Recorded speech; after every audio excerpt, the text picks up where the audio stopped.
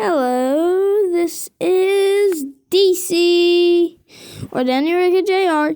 DC is what my friends call me, and you're just the subscribers. Now, that doesn't mean you're my friends, but you don't know me on a personal level. Now, you're probably been wondering, where have I been? What have I been doing? And it's simple. Getting a new phone. Yes, people. That was the holdup. And me being lazy. But I was planning on making this video a few days ago by the time I'm recording this. And, well, yeah, new phone problems. So, yeah. Anyways, hello, it's me, Daniel Ricker JR. And today, we are doing one of my more favorite things to do. An SCP full file read. And I only have 8%, so this probably won't go good. And please ignore the cat that's talking in the background. Okay, get ready.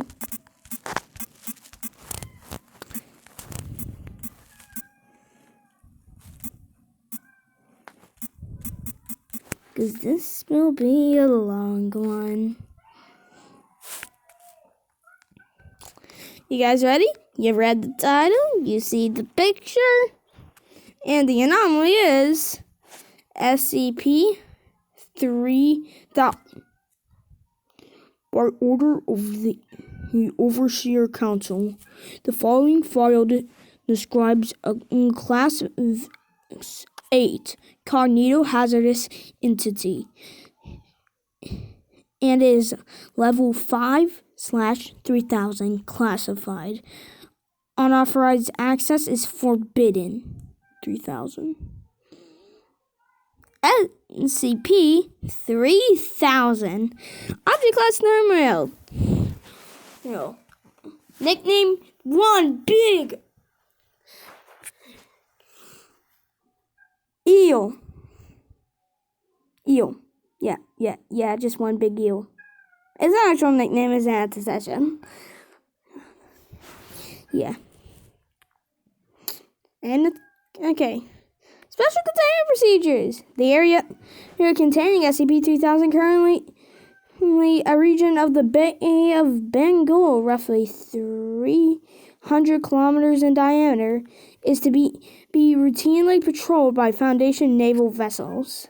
Under no circumstances are civilians allowed to attempt deep-sea exploration or diving efforts in the quarantine area. Individuals believed to have contacted SCP-3000 are to be contained, quarantined, and processed at Site-151. Individuals affected by the anomalous properties of SCP-3000 are to be held in containment indefinitely. So, you better hope you don't get a Class E rating because of this anomaly. The Foundation submarine, SCP-F is to monitor the location of the foremost section of SCP-3000, currently located within the Gangle's fan, roughly 0.7 kilometers beneath the bay. The Air Meta is tasked with carrying out the ASAC protocol and staffing regulations on board the vessel are subject to the guidelines of this protocol. For a full description of the ASAC protocol, see Addendum 3002.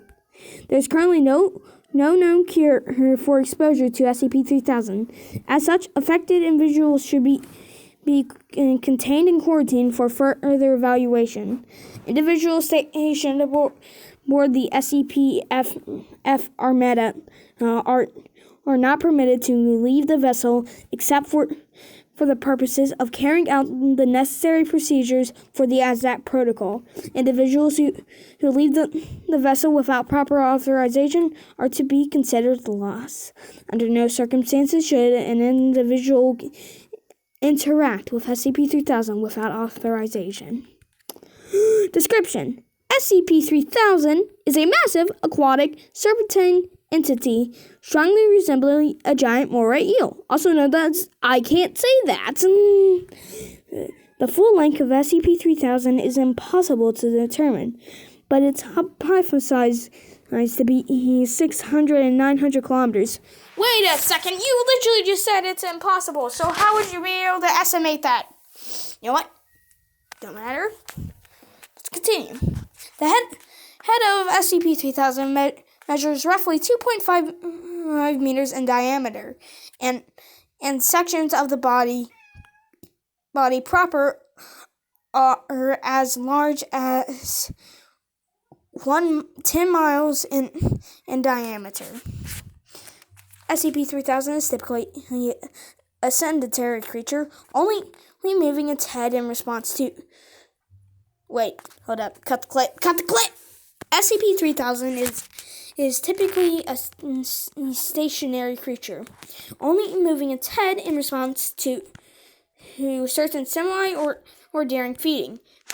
The majority of its body is located in and around the Ganges fan, and rarely moves at all. SCP-3000 is carnivorous, and despite its stationary nature, is capable of moving quickly to dispatch prey. Despite its size, it is hypothesized that SCP-3000 does not require sustenance to maintain its biological functions. While SCP-3000 excretes a thin layer of viscous dark gray substance classified as Y909. See Addendum 3002 below. Though its skin through its skin as it consumes prey. The end result of its digestive process is currently unknown. Cut the clip! SCP-3000 is a Class 8 cognitohazardous entity. Direct observation of SCP-3000 may cause severe mental alterations in viewers. Individuals who directly observe SCP-3000, as well as any individuals within an uncertain distance of SCP-3000, experience an inexplainable... Wait, hold up. I can make that better. Experience inexplainable head pain, paranoia, general fear and panic, and memory loss or alteration. The following is a log of Site-151's historical records written by Dr. Ulig Getz about initial discovery of SCP-3000 and the effects felt then. The uneasy was felt throughout the entire crew as we descended on the first night. Whether it was due to our uncertainty at what we would discover or something more sinister, I will not speculate. As we continued to descend, Williams began sweating profusely. When asked about it, he could not respond, stating that he thought he was missing something he could not deduce. As our descent continued, he began to act more and more erratically. At one point, addressing myself as Darlene and expressing uncertainty as to the task he was assigned to handle. Similar feelings were expressed by other members of the crew, but Williams felt it the most. His mimetic resistance was by far the lowest of all of us. But he was a biologist, not a mimeticist. When we finally came into contact with the entity, he began whimpering and had to be sedated. I remember him muttering the word "no" over and over again, as if in disbelief. He went silent after a while as we approached its head, and when I looked back at him, something had gone from his eyes. He did not even so much as blink as we made our final descent. At about 940 hours, we first observed the head of the entity. The unease was palatable now. Several other crew members complained of feeling hazy and of being uncertain what they were supposed to be doing. Captain Ritter, even ever the man's man, wrote it all as nitrogen intoxication and forced them to continue approaching the entity. When we were within 50 meters, the entity turned slowly to look at us. Even now, as I recall watching this thing coil around in the darkness, I can still hear Williams barking like a mad dog in the rear of the vessel, screaming and flailing. Shouts about how he could see it in his head. Perkins and Harson tried to restrain him, but he got free and smashed his face in against one of the portals. He hit it so hard he cracked the inner layer of glass. The damage was bad enough that we had to surface. We tried to give Williams medical attention, but he was far too gone at that point. He had pulped himself against the glass, and despite the trauma, he still spoke briefly as he lay dying. Nobody recorded it.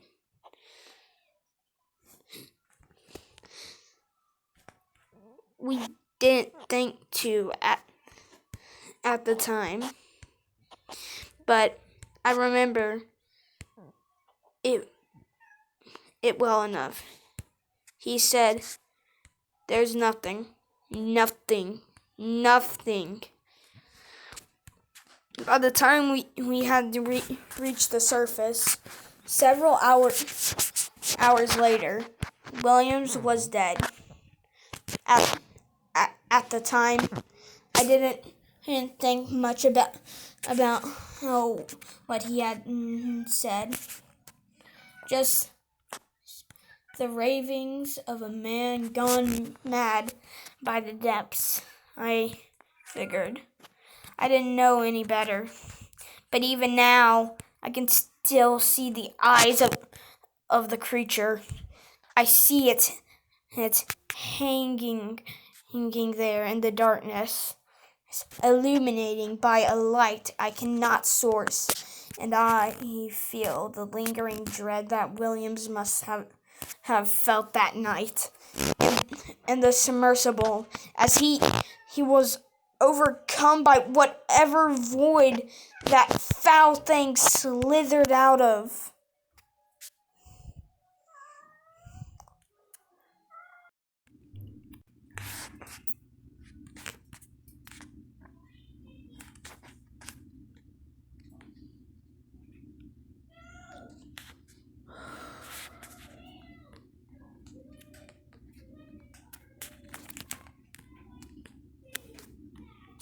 Discovery. SCP-3000 was discovered in 1971, shortly after two Bangladesh fishing boats and 15 fishermen were reported missing after drifting near the Indian coast. As the country of Bangladesh had only been recently established at the time and had been subject to significant political persecution on the part of Pakistan. This incident received high-profile media attention due to fears that it was a result of foreign aggression. Local coastal dispatch units could not locate the missing boats, fueling further media hysteria. Foundation researchers stationed in Calcutta, now Kolkata, drew similarities between this disappearance and another incident 2 years earlier. A thorough search site by Marriott Pashaler counters revealed the location of the two boats, as well as an unknown, previously undiscovered mass deep below the surface of the Bay of Bengal. Further investigation by Foundation divers discovered the existence of SCP-3000. The area was quickly secured and currently contained, and current containment procedures were put in place in April of 1972. The Aztec Protocol was adapted in October of 1998. Addendum 3000.1 Initial Contact Exploration Log. Note: the following is the transcript of audio logs taken during initial deep-sea diver contact with SCP-3000. Until this point, no Foundation diver has come within 300 meters of SCP-3000. Divers were asked within assessing the creature and determined the source of the thick gray fluid that had been observed her floating around its head. Dive team was composed of 3 members of MTF Orin 9 Kingfishers, led by MTF Omega 9 Alpha, or Orin 9 Alpha. That's not why I said Omega. Launch point was thorough. Make that better. Launch point was through the airlock of the Foundation submarine SCP-F Stravinsky. All divers were equipped with high-pressure suits, as well as front-facing headlamps. Additionally, a tether was connected to MTF Orin 9 Alpha, which was then connected in a T shape out to both Bravo and Foxtrot. Begin log. Alright, Command. We're situated in the airlock and ready to roll. Confirmed. Go ahead and sound off. Or 9 Alpha, check. Or 9 Bravo, check. Alright, man. And we're in position about 500 meters from the head of this creature. Make sure your tethers are on good and tight. We don't want any of you getting separated out there. What's visibility like down here today, Command? Stand by. About 3 meters. So it's dark as... Got it. Why are we so far out? The size of this thing is hard to comprehend.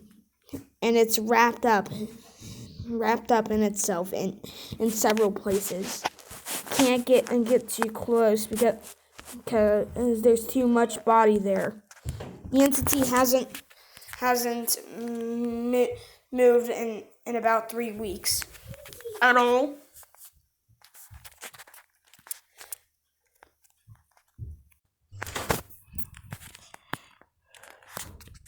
Affirmative.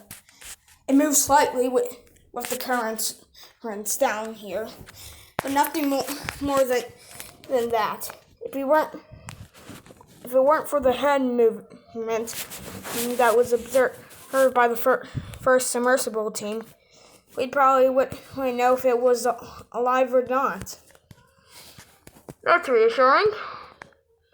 Alright, tethers are tight. Flood the chamber. Confirmed. Rushing water is heard as is the airlock chamber floods. No other sound is heard for several minutes, and sometimes the sound of rushing water stops. You both good? I'm good. It's cold. Hopefully we won't be out for long. Then turn on your lights, boys. Here we go. All members of the diving team exit the airlock. There's a low mechanical sound as the airlock door closes behind them. A muffled click sound is heard, and the traveling sky activates its aft floodlights. Hey, Alpha, maybe this is a bad time to ask, but I can't remember how to turn on my lamp, and your lamp is on, Foxtrot. What? Foxtrot pauses. What did you call me? Your designation, Milani. Foxtrot. I'm Foxtrot, boss. Hang on. What are you talking about? I don't understand what you mean by designation. It's your call sign, Bravo. What do you mean? Who's Bravo? Hang on. I was going to say something. Barry, are you still there? Stand by. Go for command. Hey, we're having a little trouble out here.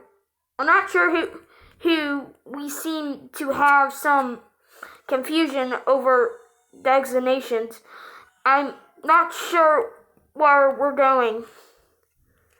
Where exactly are we? God. Do you guys feel that? I just got an awful headache. It's like needling in my brain, something. Dive team. Be advised that we believe you may be experiencing some determining cognitive effects. Keep moving forward, and we'll give you more information as we receive it. Noted. Command. Be advised that Foxtrot has a terrible headache. I think. Are we going in the right direction? Can't see out here. You're roughly 150 meters from the head of the entity, Alpha. You should be getting a visual soon. Command, I don't see anything. Where are we? We're almost there. Alpha, dive team. Be advised. We're picking up movement from the entity on the radar. Barry, I don't see anything down here. What are we supposed to be looking? All I can see is darkness. There's a chill, foul wind blowing, pushing me towards a brink I can't see. Shut up! Command. Bravo is unresponsive. Requesting immediate session of mission. Wait a second. On the edge of the nothingness, inches from oblivion, there's a sickness in my mind that I know can't be cured. Beyond me, it's only blackness and a single pair of dark eyes. What? What are you saying? Dive team. We're going to pull you back in immediately. We have reason to believe that. Barry? Is that you?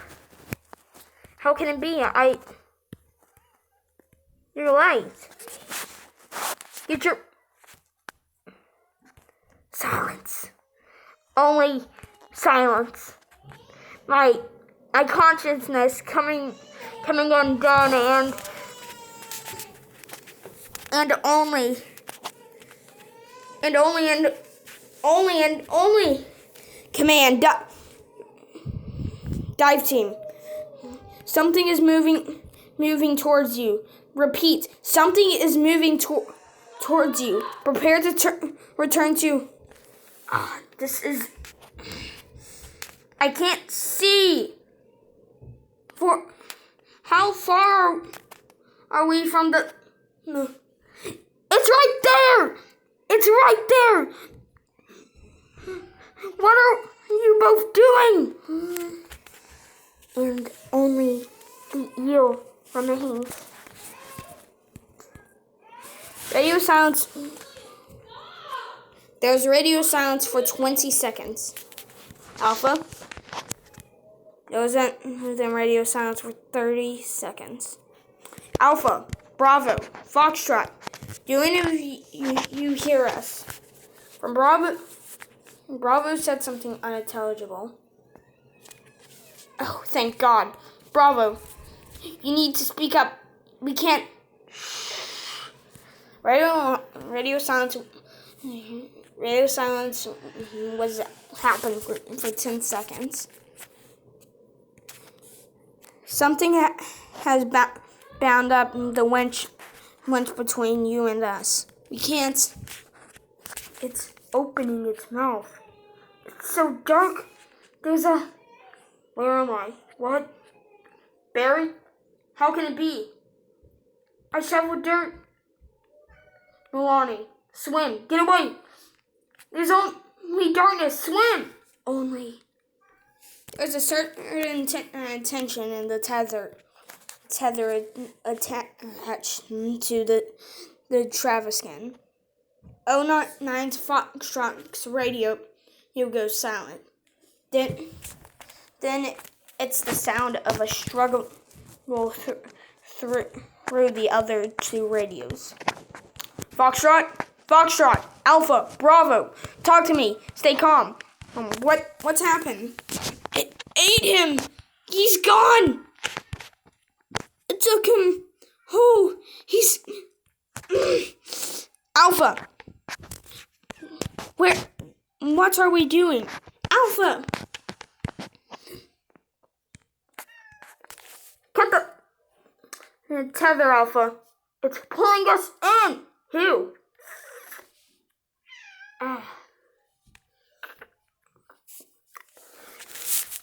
Total radio silence for 30. There's total radio silence for 30 seconds. Attached to the Salvin Sky is the tether attached to this Stravan Sky is pulled free from its moorings and disappears. Alpha, Bravo, do you copy? There was then radio silence for 5 seconds. Alpha, Bravo, do you copy? This is Bravo. I'm floating in the dark. I can see shapes moving through the fog, but they're hard to make out. Cut the tether. Alpha wouldn't. I think he's gone. I don't see his light anymore. Knowledge, we're coming to. Hang on. Just let me think for a second. Cognition. This thing. It doesn't work around it. Your brain can't form thought. It hurts. It's like dying in. Bravo. Do you have eyes on the entity? It's in my head, guys. Coiled up in there like a snake. And something about it is caustic. I can see it. It's just in front of me. It's not doing anything. It isn't moving. It isn't moving. Just hanging there. Like it's with its mouth open. I think it's finished eating. That fluid is seeping through the skin around its head. About to meet your back. Just looking at this stuff. It makes me like in the room. It's spinning. I feel nauseous. My head isn't working right. There's an abortion under the floorboards. And another in this. Wait, this is wrong. Wrong. That wasn't me. Who said that? I'm going to collect a sample.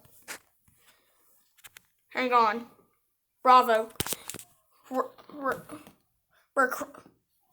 Bravo. We're going to send We're going to send out a crew to get you. Just hold on.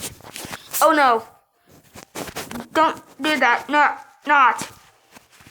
You have to be trained not to feel the things I'm feeling. Otherwise, it will get into you. Maybe it will. Maybe it will anyways. Who knows? But it feels like the end of the world down here, fellas. My heart is really going off the charts, and I think I'm dying. Just I got a sample. I'll attach it to one of those balloons and let it float up. You'll be able to get it later. Don't spend too much time around that stuff. It doesn't your mind. It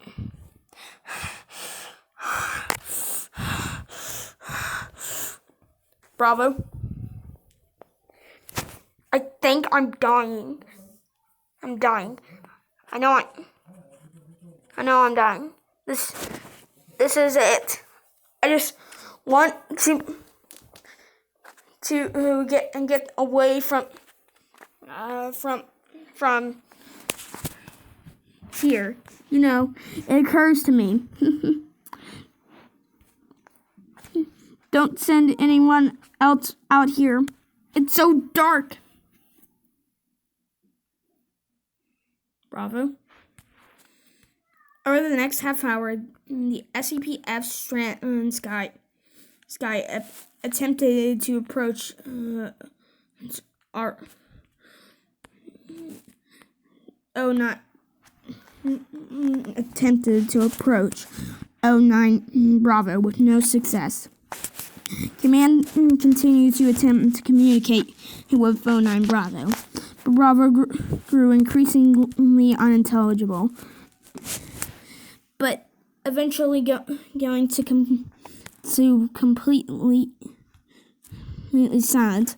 Bravo's radio stayed active for over the next 3 days, and intermittent breathing could be heard until the radio ceased functioning.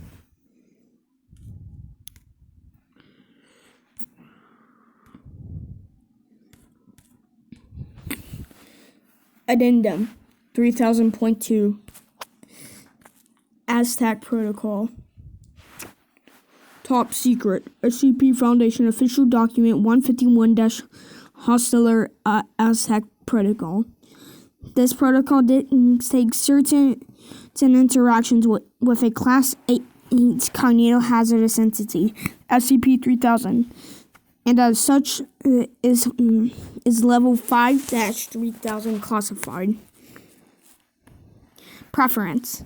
The following protocol was developed in conjunction of researchers from Site 29.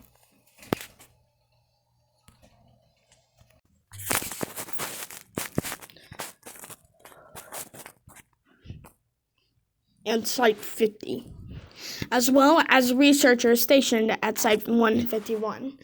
Some sections may have been redacted to remove material above this classification. Adherence to this protocol is required for all personnel assigned to SCP-151, as well as all personnel assigned to the SCP-F Armada. Abstract. The 151 Hollister Aztec Protocol has been developed and implemented to create a strategy for management of the Y909 chemical compound now extruded by SCP-3000. Protocol information. The Y909 compound, originally discovered by the late Dr. Adam Hollister, is a critical component in several modern and experimental amnestic compounds. Specifically, the following amnestics now contained a refined version of a Y909 compound. Class A, which was from 2016. Class C, which was from 2016. Class E, which was from 2016. Class X, which was from 2017. Class XX, which was from 2017, with Dr. Redacted. Aztec class experimental compound, a Foster class experimental compound, an Ellipse class experimental compound. The inclusion of the Y909 compound has shown a marked increase in stability and the long-term effectiveness of the aforementioned amnestics. Overall, amnestics utilize Y909 and break down 78% slower than the standard counterparts in cold storage, and 52% slower than their standard parts and room temperature. Additionally, individuals administer an amnestic regimen and utilizing Y909 show a marked increase in suggestibility, memory clearance, and a significant decrease in additional side effects such as nausea, vomiting, bowel distress, blurry vision, headaches, insomnia, heart damage, and others. Individuals treated with these amnestics express significantly fewer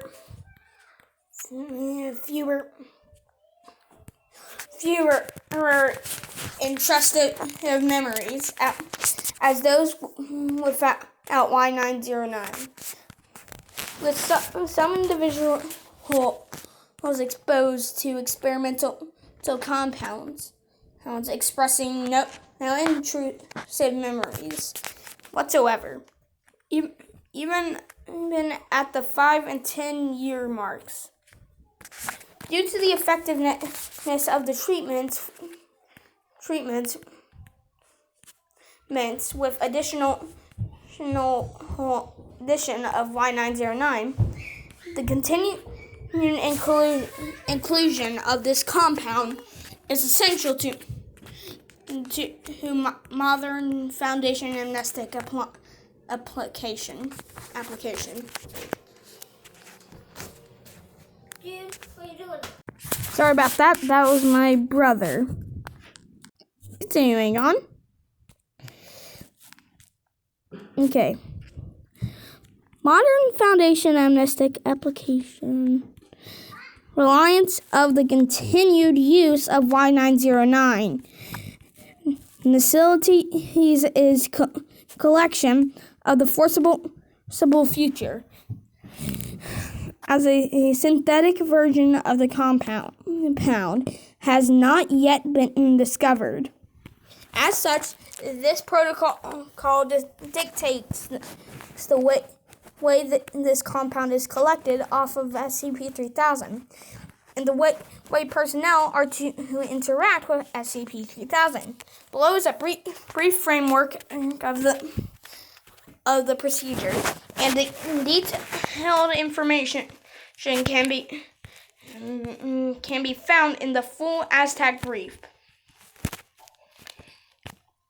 Members of MTF Epsilon 20 night fishermen are to prepare a subject for deliverance to the feeding site. One individual D-class subject is to be administered a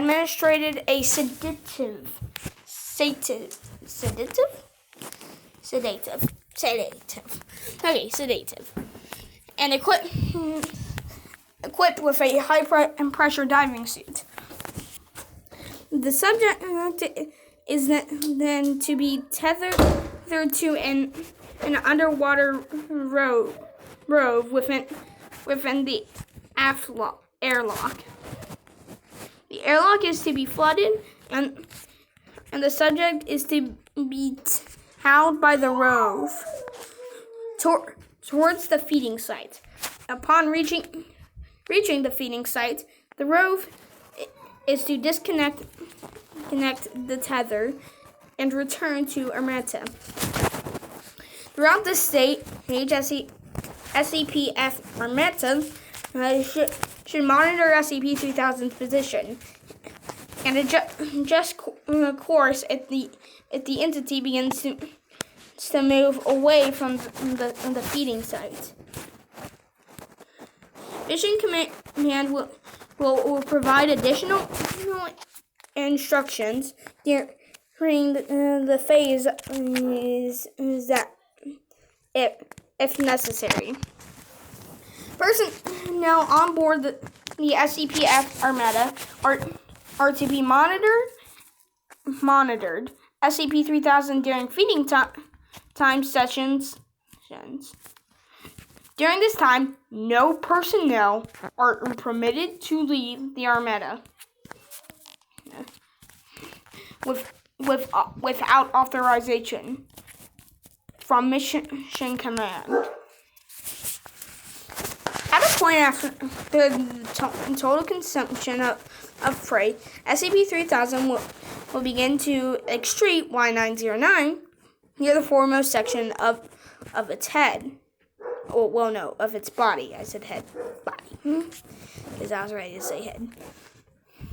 Specialized teams of deep-sea divers are to exit the SCP-F Armada through the aft airlock and approach SCP-3000. Collection of Y909 must take place during SCP-3000.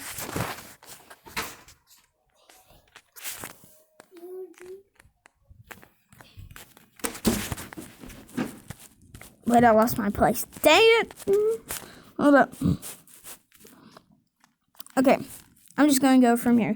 Collection of Y909 must take place during SCP-3000 digestive period, which is currently believed to be roughly.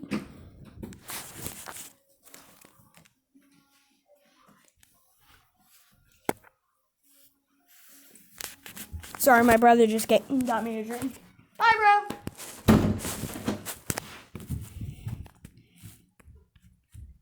2.5 hours after consumption of prey. Teams must return to lunch craft before the end of this period.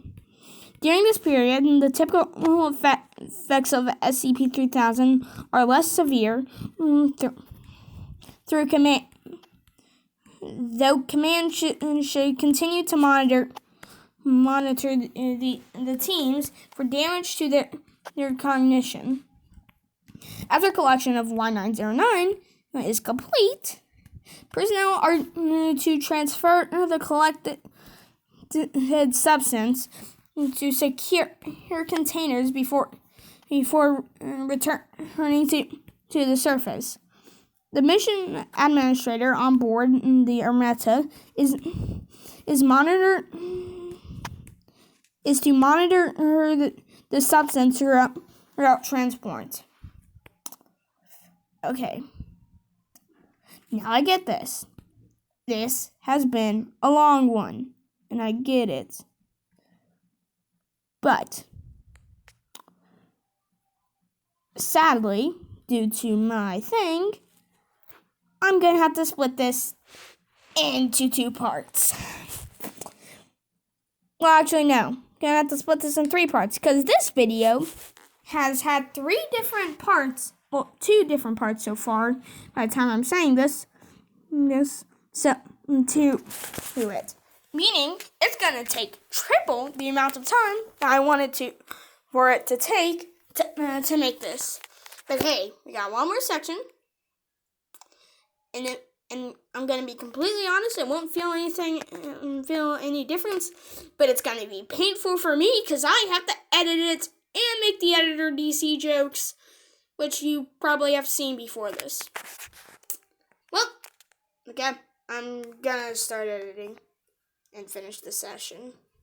But don't worry, it's just gonna take triple the amount of times I upload this video by the time I'm making this audio.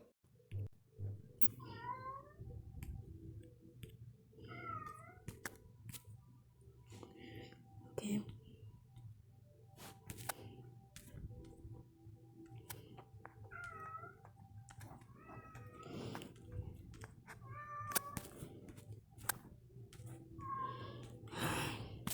Addendum 3. Psychological Evaluation. Note. Unredacted 9. Level 3 researcher Venticanton and Kazamortiti attempted to escape out the Armada's aft airlock without diving equipment, but was quickly restrained and the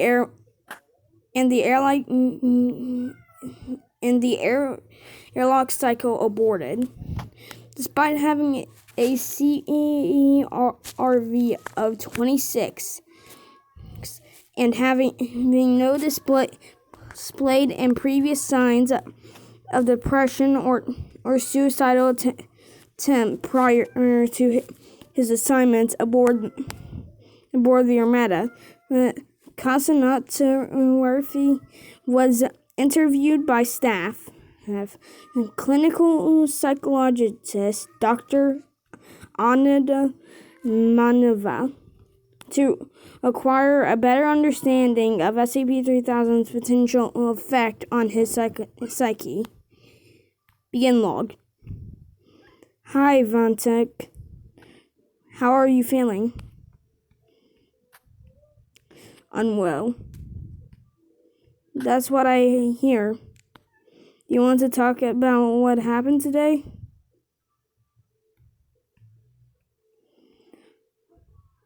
We don't have to. If you don't want to, we can talk about something else.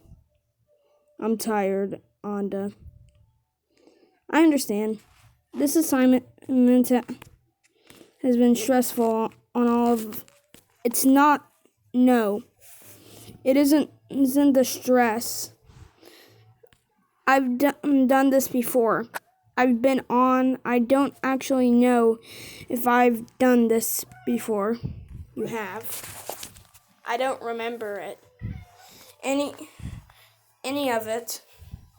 I've been getting these out of context feelings, like my body reacting to reflexes it didn't know it had. Everything is so disconnected, and trying to keep it together. I'm just tired. When did you start feeling this way? How long have we been down here? I don't remember. I don't know when. I honestly don't. I wish I could tell you more than that, but I have nothing. I look to that place in my mind, and there's something else there. Something not out, or sometimes nothing at all. What do you mean, something else?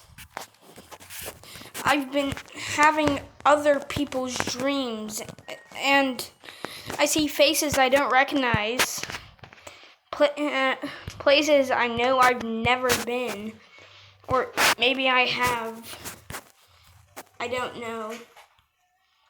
How can I know what is real or not when I can't trust my own mind? Well, maybe I can help you with that, Vantak. We can go over things you think you've forgotten, and I can. Don't patronize me. I No, you felt it, and your mind gets hazy. Parts of you start to slip. Your memories grow faint, fading and in and out until they're gone, or worse, replaced. You see paths that aren't yours. Experiences that you never lived. You start to become other people or nobody at all. Venkat, please, I'm just trying to help. Do you even know my work before we met? Come to think of it, I didn't even remember how we met. I know your name. Know that you're a psychologist, but are we friends? Are we brothers? I don't know, and I don't know how I know you. We work together, I know that.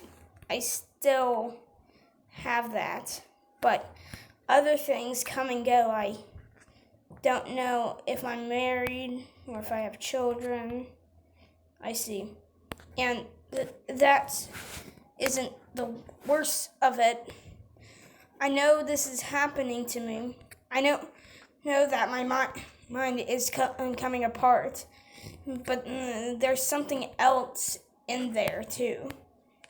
Something rising out of the smoke of my smothering consciousness. That eel. The eel? I don't remember my mother. I can hear her voice, but I can't remember her face. I can't remember how she smelled or how she, but what I do remember is she told me about gods. There's a god called Anastasia, a serpent, the king of serpents, said to lie beneath Vanshu and the cosmos. A six-headed snake god. Isn't that something? Yes, I am familiar. Of course. I'm sorry, I forgot. I don't remember much, but I do remember that she told me about and the session would linger past the end. Gaze upon the darkness past the end of the time. She said that when the lights of the universe had gone out, all that would be left is Anastasia. I have worked my entire life for the Foundation, so much as I can recall. I have struggled to build my name and my reputation and done everything I can do to leave anything. Some kind of a mark that says I was here, but what is it? I believe that SCP-3000 is Anastasia. I believe that this aberration, the treachery against cognition, is the result of us being in the presence of a god. Not just a god, but a god who exists across all time, all at once, and even beyond.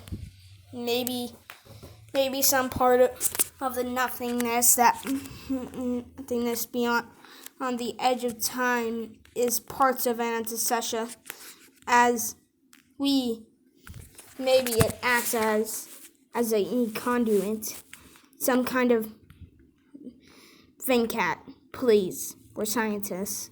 No, let me finish. In defense of the nothingness that comes after this. There is an intercession. There's a chance that my memories might live on, that they might be remembered like the memories I've seen have been through me. I don't have proof of this, but when I look into its eyes and saw what it showed me, I was afraid. I'm merely a mediocre man. Andlin. This was a fear that I have refused to acknowledge for years. A fear of irrelevance, that no one will know who I am when I die. Afraid of being forgotten. Afraid of my life being meaningless. Afraid of being alone. Afraid of dying. There's a terror within me that I cannot reconcile.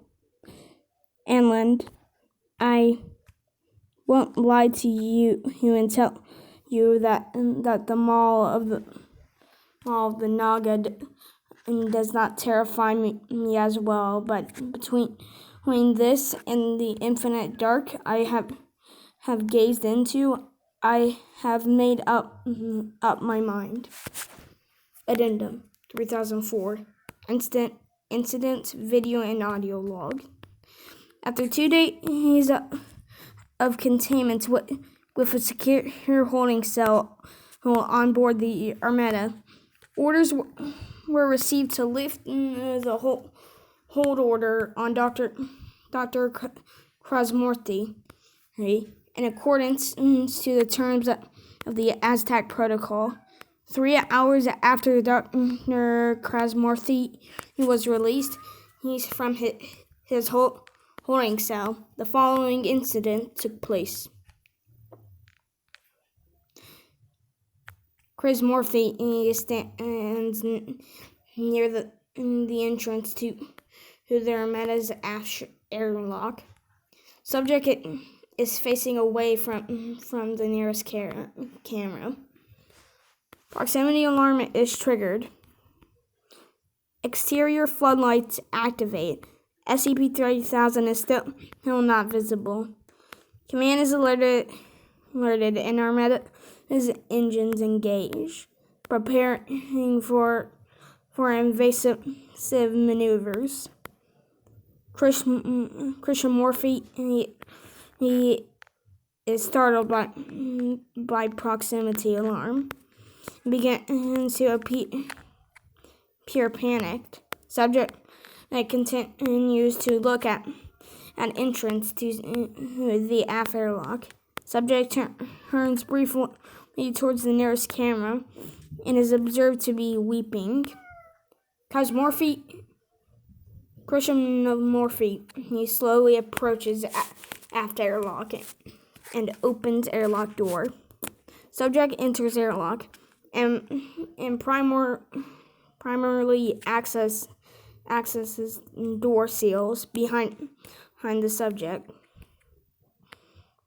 Interior airlock camera captures Krasmorthy staring at exterior airlock door for a full 2 minutes, unmoving.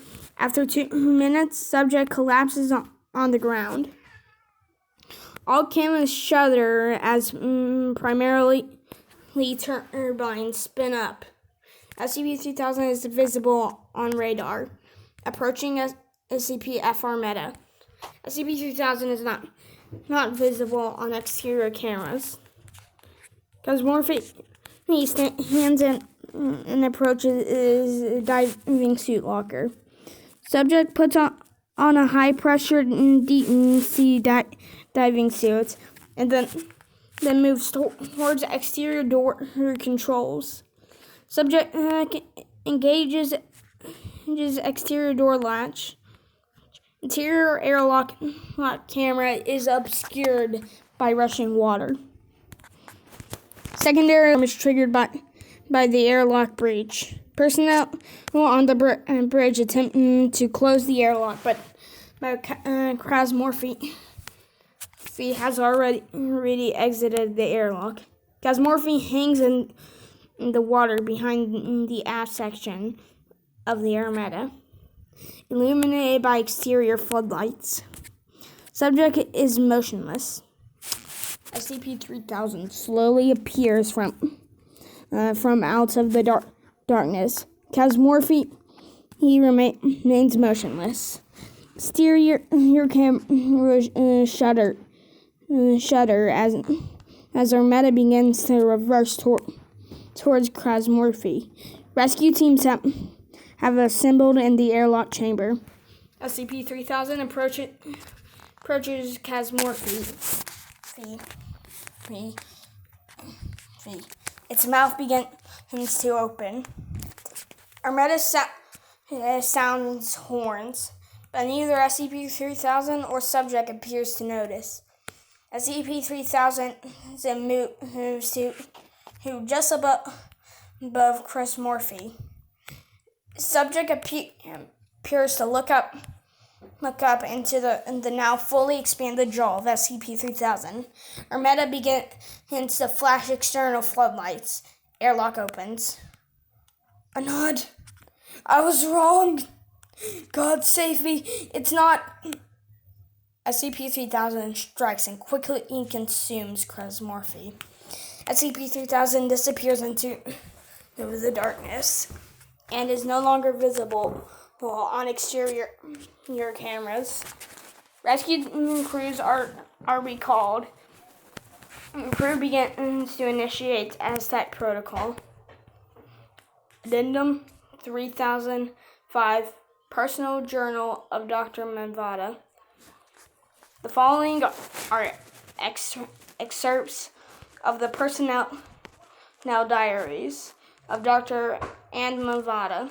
Dr. Manvada has kept several journals during his assignments and has reported that it is beneficial to contract psychological and memory-affecting properties of SCP-3000. Accounts of the Berry Venticle. Nazi praise him. Psychologically speaking, having your memories affected like his is not a pleasant experience for anyone. It really should be surprised he chose to relieve himself from having his memories meddled with. After all, it's really alarming. Being briefed on its effects doesn't change the fact that I need to constantly keep tabs on all staff, myself included, and ground us to her reality. I'm supposed to submit a full psychological report now, detailing what has gone wrong. Why a staff member turned suicidal, and an analysis of possible ways to prevent this from happening again in the future.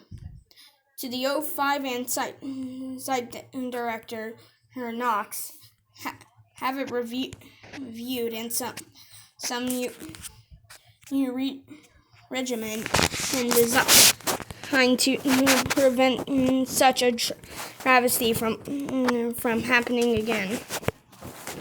He always was more religious than I am. Right at the end of his life, he was riffing on Anastasia, a primordial Hindu snake god, and rambling eternity. I'm not going to question the legacy of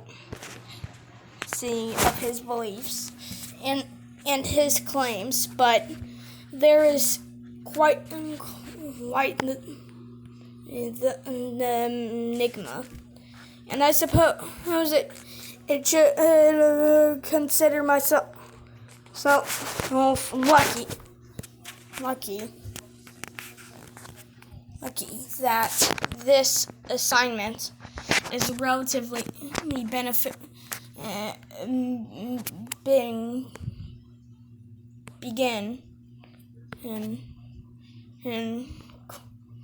incorporated to previous assignments that I've had. I don't think this is a mythical eel. Anomalous, maybe, but not really that extraordinary. It's funny. I spent the last 30 years blocking out everything my father wanted to teach me about Hinduism, and now I'm racking my brain trying to remember anything he had to say about it. I wanted to say that it's because of the eel, but if I'm being honest with myself, it simply tried to forget all of his teachings.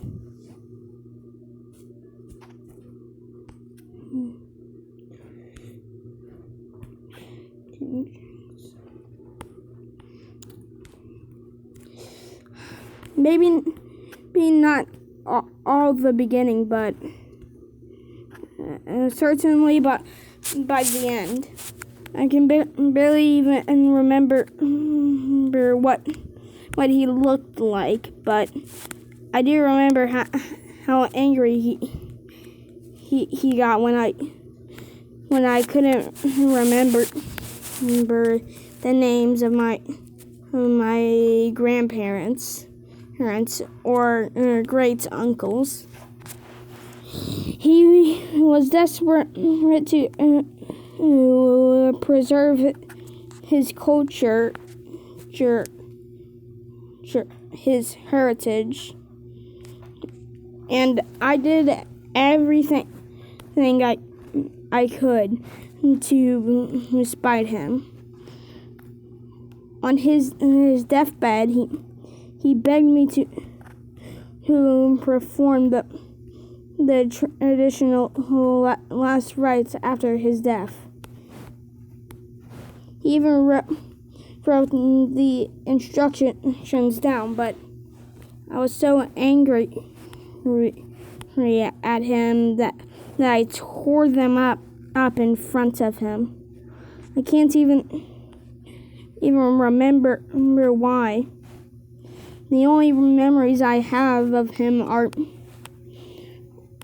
how he made me feel. He spent almost 20 years trying to pass down our heritage, and all I have now is anger and hatred and regrets.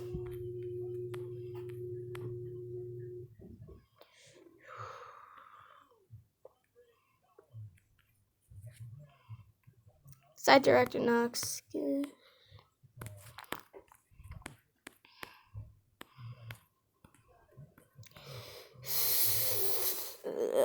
This is gonna take a while. Okay.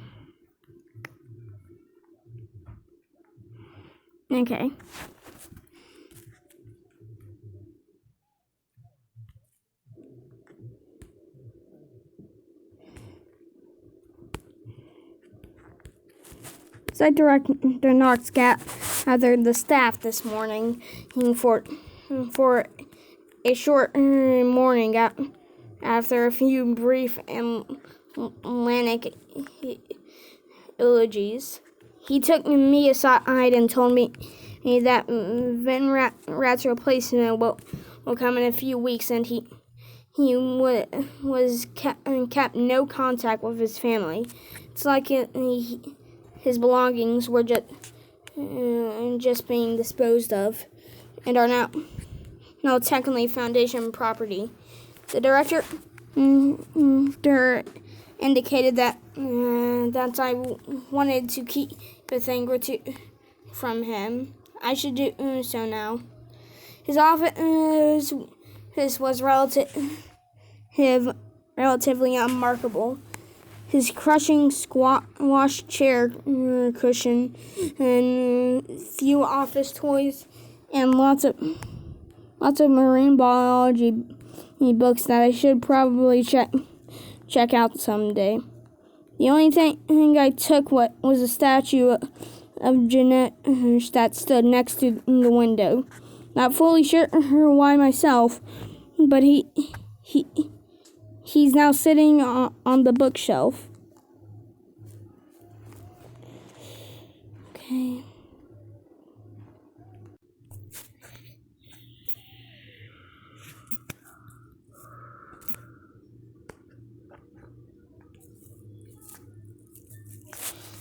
Stood next to the window.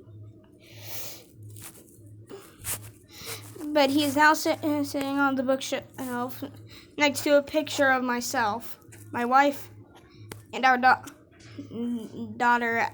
at a lakeside in Terrence. And it was pretty unremarkable trip to some tourist trap in Lucknow. But this really is one of our best looking pictures. We're going under again tomorrow. All my D class managed to stay put this week, which is good. Other than the routine depression and memory loss from exposure to SCP-3000, everything was in order. Sometimes it's a bit envious of them. All they know is that they're scooping gunk off some big eel. They don't know how it's important or why it's critical to collect it and how much it's helping us. Of course, one saving grace of being on the psychological division for the Aztec project is the awareness of its potential effects. I'm aware of what's happening to my psyche. I know that I have memories that are being drained, pieces that are being lost right now. I recall images of a young man on a bicycle in front of a schoolyard gate, looking like it was the 80s. When I was in Singapore, he was laughing. Yet I don't know if this man was a friend, a lover, a son, a family friend. Who this young man is perhaps Italian or maybe Australian. Maybe this isn't even a cherished memory at all. I look at the Ganesh statue and the picture of my family again. It's really it's a shame. I truly forgot most anything that I have done with them. I've started trying to learn some Hindu poems and songs. Went out and got a copy of the Vedas, but I can't memorize the lines properly. I've been reflecting what Venkat told me before he passed though. His deep-seated fear of mediocrity. Unable to rise out of the sea of humans that walk on the face of this earth. He worked for the foundation for years, and while he isn't one of the most well-known and household names of the foundation, he's not exactly obscure. He's been the foundation's leading marine biologist and go-to expert for anything aquatic, and quite well reversed. I'm actually quite surprised by his jealousy. He was never the flashy and bombastic type, and I would have never guessed that he wanted fame and recognition. Perhaps he really was afraid that he is doomed to be stuck in mediocrity.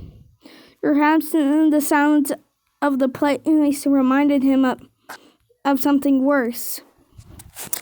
Addendum 3000.6 Meteorium of Aztec Brief.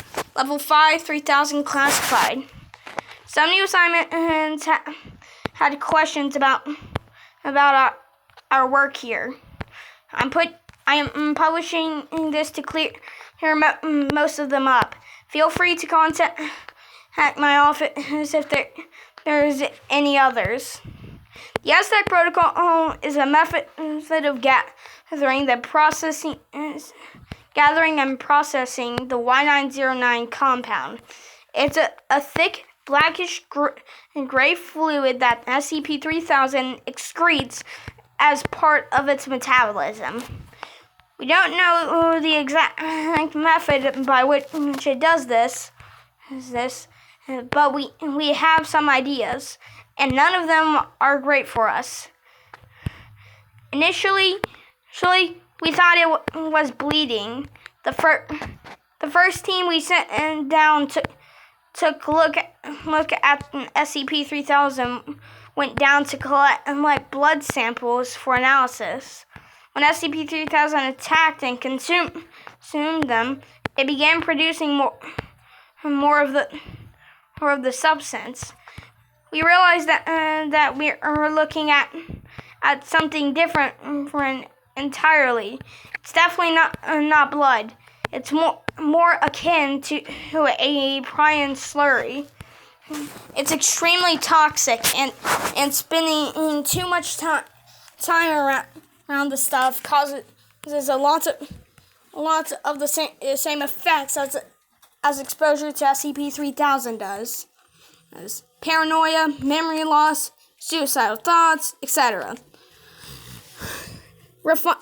Finding the raw SCP-Y909 was what the processors call eel jelly, allows us to create amnestics more effective than any we've ever had access to in the history of this organization.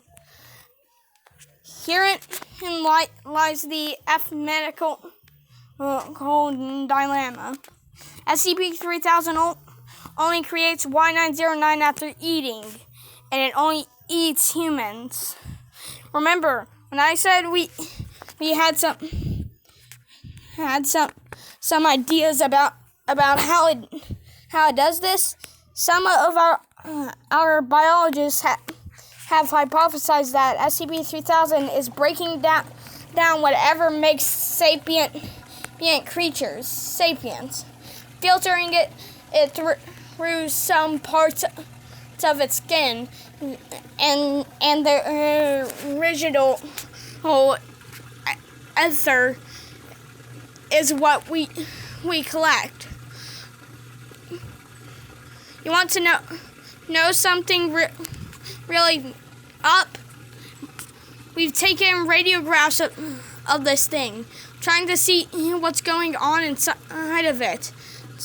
It's full of dead human bodies. It's not digesting them at all. It's doing something else. And the end result is Y909. When we first started using Y909 in our amnestic programs, we tried to synthesize it. We got something close to what we were looking for, Y919, but the side effects were catastrophic. The amnestics would work. We could get people to forget events, people, and so on, but then they would start to forget other things too. The mental duration would rapidly increase until there was nothing left, and then they would die. A few of those researchers thought that we might be able to figure out how to decrease the severity of the side effects, but the cost to continue those trials would have been astronomical, and the program was discontinued. It's no secret that what we were doing here is abhorrent. The ethics community, the classification community, they're all looking at ways to make this more tolerable than what it is. But the hard truth is if we don't want to continue to use modern amnestics, we have to have Y909. If we want to have Y909, we have to feed D class to SCP-3000. Otherwise, we be forced to go back to the metaphorical dark ages, where we were amnesticizing people with opponents and chloroform. The good news is we're developing ROVs that should be able to take over the job for collecting the raw material from our dive teams. This will eliminate any chance of accidental casualties like we've had in the past, and is a good first step for everything else. Only time will tell. Knox. Addendum 3007. Personnel Journal of Dr. Manvada. Note: the following is the full text of a page pinned in the hand of Dr. Manvada, which was ripped out of a journal and placed on his nightstand. I have spent a considerable amount of time on this assignment, attempting to understand the underlying effects of individuals exposed to a Class 8 cognitohazard. I have conducted numerous personnel interviews with a great many psychological reports, but I have not been able to properly deduce what's about this creature would lead a perfectly sane man out the door of that airlock and into the maw of the eel. Earlier this week, as I was preparing my notes for another report, I accidentally knocked a picture of myself, my wife, and my daughter off of my nightstand. The glass shattered and it hit the ground. And the picture fell out. As I cleaned it up, I noticed something written on the reverse of the image. It said, Anand, Shanti, and Pandama, June 2002. But the writing was not mine. It was Venkat's. I was puzzled by this. Why would Venkat have written this on the back of a picture of mine? I thought little of it, and at the time, and cleaned up the mess that went about my day. But this question stuck with me. It was a little thing. It was a little thing, easily explained in any number of ways. But I could not seem to shake the notion of uncertainty. It was not until last night that a horrifying thought struck me. One that I could not sleep on. I accessed the Foundation personnel archives and realized a truth that I cannot recline. Shanti was Venkat's first wife. Pandama was his daughter. The records are clear. The life I remember, the experiences I am certain I have had with them are the experiences and memories of Venkat, not me. I have never been married, and I have no children. Even now, I can see my wife in my mind, hear laughter, smell her hair, but I know that it is Venkat I see her through, not me. The horror of this realization has been replaced with a queer sort of dread. I figured out what the eel does. Something about it, some latent part of its creation, ambiguous cognition. It breaks down human consciousness and scatters the parts of us that we believe is a soul, until all that remains is what we really are. Electrical signals that will someday become inert. If even I can't remember myself, how can I expect anyone else to remember me? I have forgotten my own life, and I am strangely apathetic at this revelation. I will fade into the darkness, as thousands before me have, and thousands after me will. No one will care as I am forgotten. I do not despair for my own sake, but for us all. You and I, we will all face obliteration. I am not important. You are not important. Vast droplets of an infinity, stretching eons in the sea of time.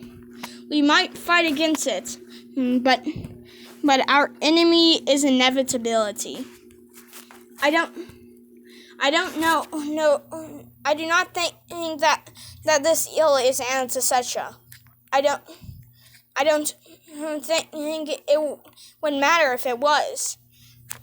what is clear to me now, as I feel myself coming apart, it is not that the eel is some mythological creature or divine serpent.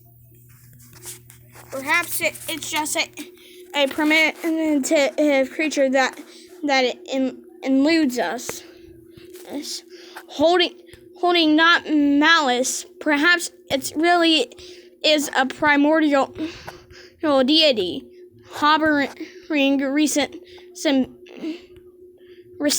beneath the surface. The eel is not the harbinger of my demise or humanity's doom. The eel is not the end of all things. It only shows us what the end looks like.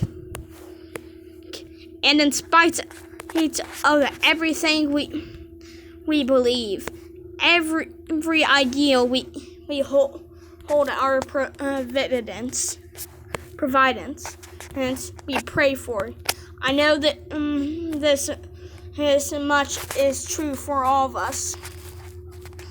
Our end will be a forgotten one.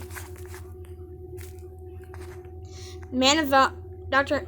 Manival was later discovered unresponsive near the aft airlock. Evidence suggested that Dr. Mavada had broken into the onboard storage locker and ingested a significant amount of raw Y909. Dr. Mavada was moved off of the Armada and the remains at Site 151 for analysis. Oh, thank God. I am finished. Anyways, this has been 47 minutes long. It felt like 20. Not gonna lie. Well, I guess I'm off. Hey, anyone up for seeing the Aztec Protocol? Because I'm going to. Really hope I don't get my mind messed up like those two.